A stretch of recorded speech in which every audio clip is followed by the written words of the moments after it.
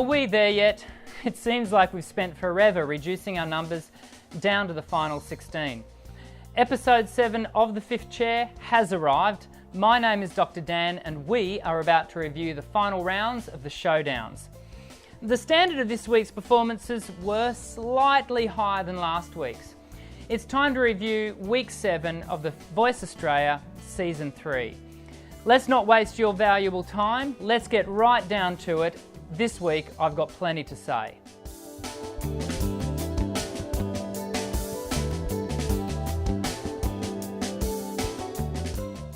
The first Showdown round of Sunday night was one of the more unfortunate viewing experiences of the third season thus far. Now I'm going to lay my cards on the table and state that my professional view of ZK's standard is they are two of the weaker voices still on the program. In fact, whilst I understand their positioning according to TV ratings, I've never believed they deserve to progress beyond their blind audition.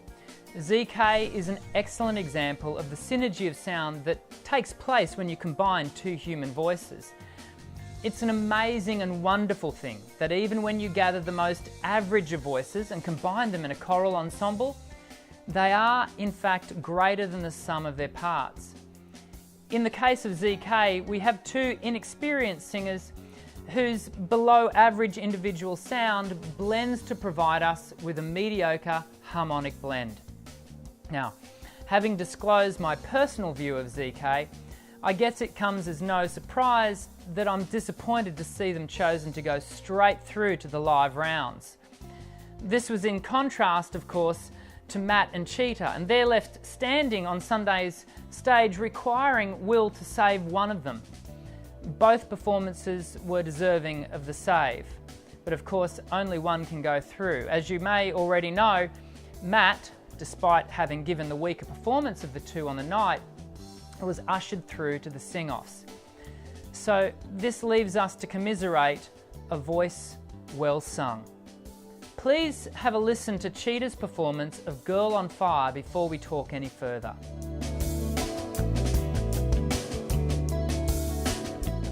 So where did Cheetah go wrong? Well, once again, I think the chosen key is the culprit. The original recorded key is A major.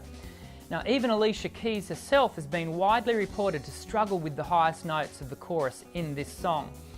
I'll save you the trouble of scouring the internet for a recording. Have a listen to this live performance by Keys on the long-running German TV show Wetten, dass.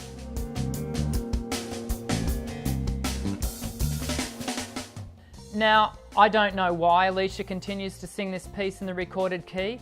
It's most definitely too high for her. But I do know why Cheetah has taken it down 2 steps to G major.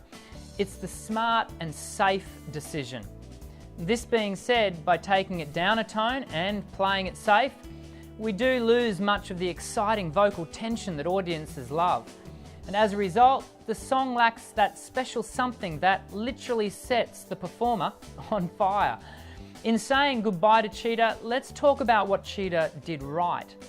Well, technically everything. If one of my students sang this song like Cheetah did, I would be one very happy singing teacher. The sound has a core tone that is well supported and a breath flow that is even and consistent. In last week's episode, we talked about twang, and Cheetah shows us how to use the clear, focused resonance of twang and intensify it into a strong, healthy belt without causing the voice to constrict into a yell function. When comparing Matt's, ZK's and Cheetah's routines, Cheetah's performance was most definitely the best of the three. But sadly, we won't hear from her again on the show.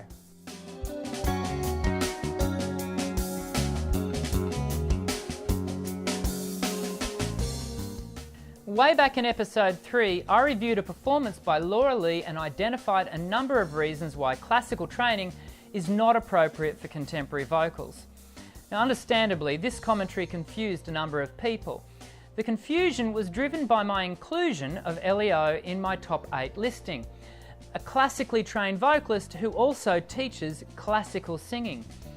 Now, admittedly, when I first heard LEO during the blind auditions, I was impressed by her vocal energy and assessed her sound as sustainable. time to roll the clip. Have a watch of Ellie's performance from Monday night.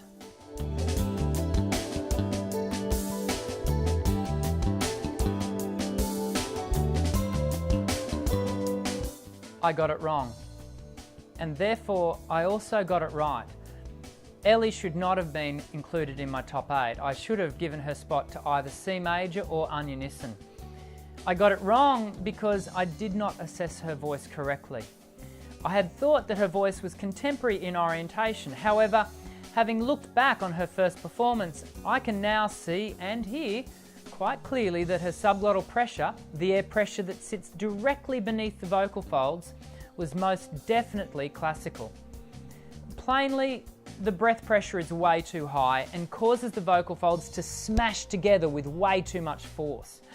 This in turn causes the vocal folds to swell and places the voice at high risk of vocal damage. Nodules and/or vocal fold hemorrhage are both very real risks for Ellie if she continues to drive the voice as hard as she has in recent performances. My incorrect assessment, of course, means that I also got it right. You simply can't expect to sing contemporary vocals for a prolonged period of time when the voice has been constructed and built on classical training. I'd go as far as to say that if Ellie O makes it to the top 4 of this competition, her voice unfortunately will have sustained some significant wear and tear. That is, if it hasn't completely broken down altogether. Unfortunately, I think we may be looking down the barrel of another Cosima DeVito from the first season of Australian Idol. For those of you who don't know who I'm talking about, Cosima made it to the final 3 of Australian Idol and then had to bow out under doctor's instruction because her voice had developed nodules. I sincerely hope this is not the case, but the odds are stacked against Ellie.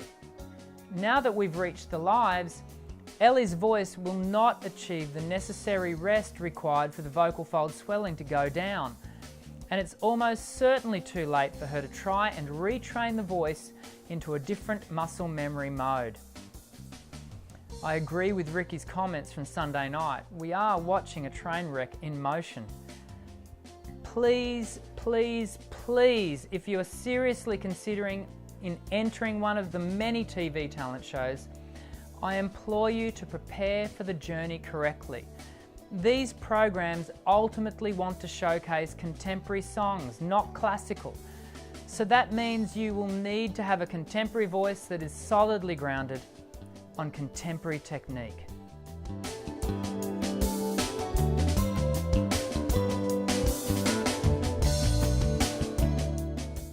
I've made it to the lives with 5 of my top 8 still intact.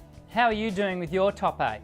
Once again, I was always going to lose one of my top 8 when Matt Verevis and Julian Simmons had to go head to head. Neither performer has really impressed me since the blinds, so I would have been torn as to which one should go forward. I can't really question Will's choice, so Matt it is.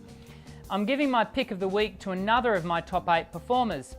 Pocket Rocket Sabrina Batshon sang Whitney Houston's Queen of the Night and quite literally left Ricky with no choice other than to send her directly through to the lives. Her performance is highly energetic. The voice travels through the song's difficult form with relative ease and it all sounded quite sustainable. She uses a healthy growl and for the most part supports the voice with a buoyant body state. Sabrina's performance was definitely the standout of the Showdown rounds. Well, that's it then. We have our final 16 and the lives commence next week. Now, I'd like to say I'm looking forward to it, but quite frankly, I'm exhausted by the artistic slaughterhouse that has got us this far. So I'll simply part with these words. I'm Dr. Dan, sing well.